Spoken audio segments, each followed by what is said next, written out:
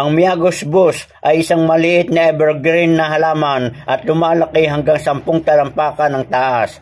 Ito ay kilala sa Pilipinas at isang tanyag na halamang ornamental. Ang Miagos bus ay may makintab at mga kumpol na maliliit at dilaw na bulaklak. Sa Pilipinas, ang bulaklak ng Miagos bus ay simbolo ng mahabang buhay at sigla. Ito rin ay pinaniniwalaan na may harmonizing properties at madalas na nilalagay sa north-facing location ng punsoy. Ang Miagos bus ay may ilang potensyal na benepisyo kabilang ang medicinal.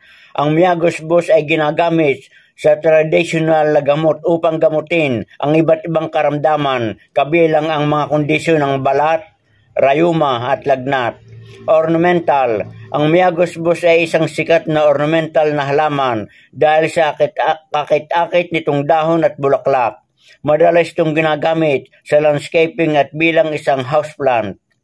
Tumutulong sa pagkontrol sa pagguho ng lupa. Ang Miagos bus ay may malalim na sistema ng ugat na tumutulong na panatilihin ang lupa sa lugar at maiwasan ang pagguho. Wildlife habitat. Ang Miagos bus ay nagbibigay ng pagkain at tirahan para sa iba't ibang mga ibon at iba pang wildlife. Ang Miagos bus ay pinagmumulan din ng mahalagang langis na maaaring gamitin para sa aromatherapy na panglayunin. Ang kahoy ng Miagos bus ay ginagamit din sa paggawa ng mga instrumentong pangmusika at iba pang bagay. Magandang araw mga kabayan!